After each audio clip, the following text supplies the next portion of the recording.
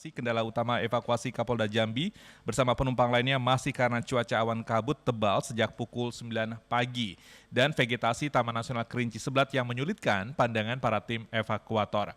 Proses evakuasi masih terus berlangsung. MJ Sina dan helikopter yang dikerahkan untuk mengevakuasi juga telah mengikut sertakan tim medis.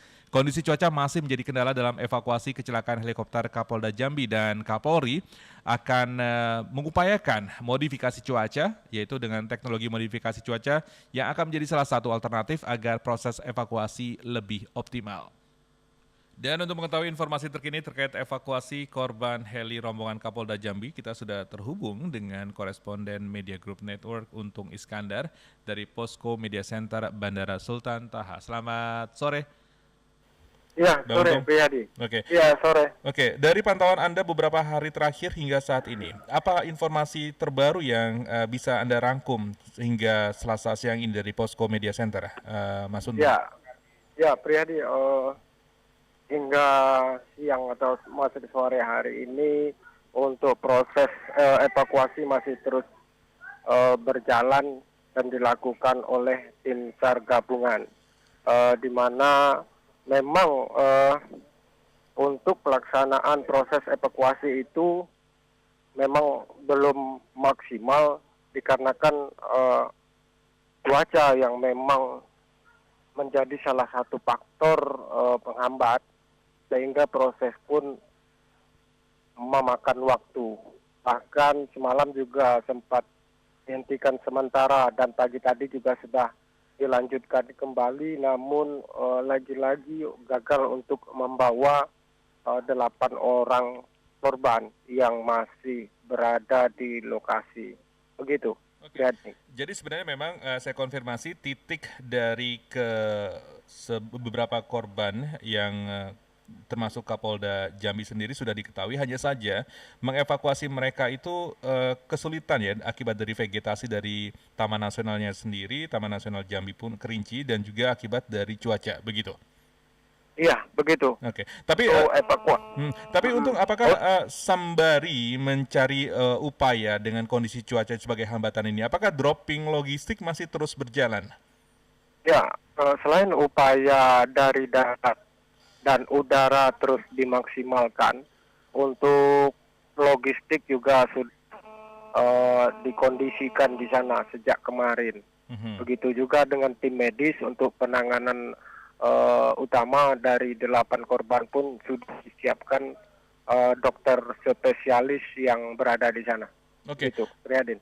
Untuk lalu tadi kan juga sempat disampaikan ada upaya untuk evakuasi darat. Apakah sudah dikalkulasi berapa lama tim misalkan misalkan upaya untuk evakuasi darat ini menelusuri hutan dari kawasan taman ini juga bisa dilakukan itu berapa hari atau berapa jam tepatnya?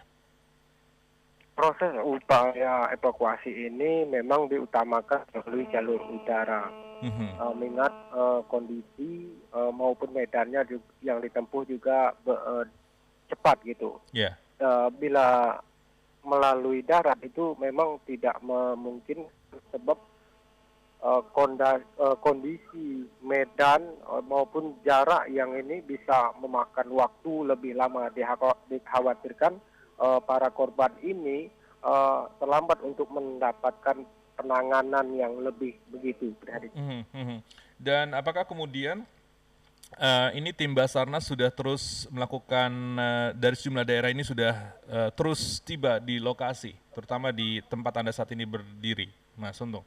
Ya, untuk tim SAR ini tidak hanya melibatkan dari Basarnas saja, melainkan tim SAR gabungan TNI, Polri, BPD maupun masyarakat juga turut dilibatkan dalam membantu penanganan ataupun evakuasi nanti.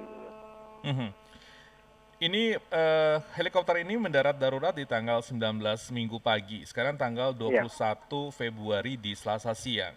Dari rentang 2 hari ini, apakah sudah diketahui blind spot dari cuacanya sendiri? Misalkan mungkin dari sejak diketahui adanya pendaratan darurat di Taman Nasional Kerinci Seblat ini adalah karena cuaca. Tapi apakah ada blind spot atau ada informasi-informasi tambahan dari BMKG, misalkan upaya pencariannya dilakukan pada pagi hari aja karena kondisi cuaca cukup membaik atau cukup berpotensi memberikan memberikan keleluasan dalam mencari para korban seperti itu. Ya, untuk proses evakuasi ini memang terus diupayakan secara maksimal. Dan tidak lupa tim SAR gabungan terus berkoordinasi juga dengan pihak BMKG untuk melihat situasi. Apabila memang memungkinkan, mereka pun langsung bergeser. Namun mengingat cuaca tadi, inilah menjadi kendala heli belum bisa mendarat untuk mengevakuasi para korban itu. Namun demikian, evakuasi ini terus akan dilakukan secara maksimal sampai hari ini juga. Namun tim juga terus bersiaga di dekat lokasi begitu. Baik. Riyadi. Untuk terakhir, boleh digambarkan di sekitar Anda saat ini ada apa saja, dan tadi juga ini Anda berada di Posko Media Center, siapa saja yang terlihat dari Anda, apakah kemudian juga di sekitar Anda ada helikopter atau juga dari tim medis seperti itu, apakah semua berkumpul di satu kompleks di mana Anda juga berada di lokasi yang sama?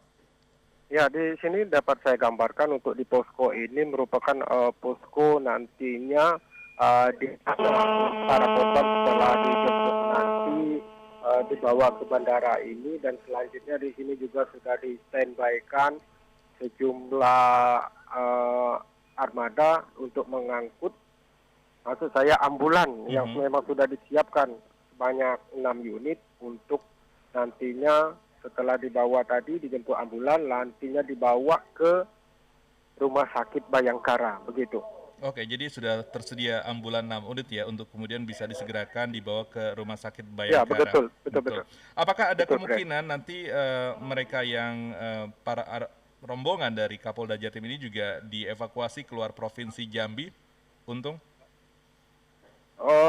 Untuk evakuasi sendiri, ini untuk tekniknya semua sudah disiapkan. Bila memang sudah dievakuasi, nantinya sudah disiapkan juga ambulan, nantinya langsung mendapatkan penanganan yang lebih di Rumah Sakit Bayangkara Jambi gitu. Oke, jadi intinya segala macam fasilitas medis, kru medis, tim medis sudah disiapkan di lokasi pada saat Anda berada saat ini. Hanya saja kendalanya adalah bagaimana kemudian mengangkut korban dari helikopter yang mendarat darurat di Taman Nasional Kerinci Seblat ini adalah karena cuaca seperti itu. Jadi tinggal mengantisipasi cuaca aja, karena terakhir tadi Kapolri sendiri mengatakan bahwa upaya yang akan dilakukan selanjutnya adalah melakukan modifikasi cuaca.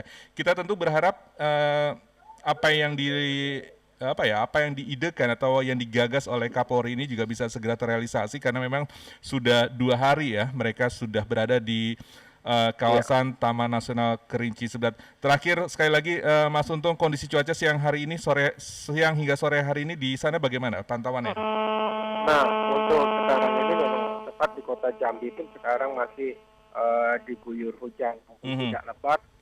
Begitu juga dengan di Kabupaten Kerinci di Merangin sana, kondisinya demikian juga masih diguyur hujan begitu.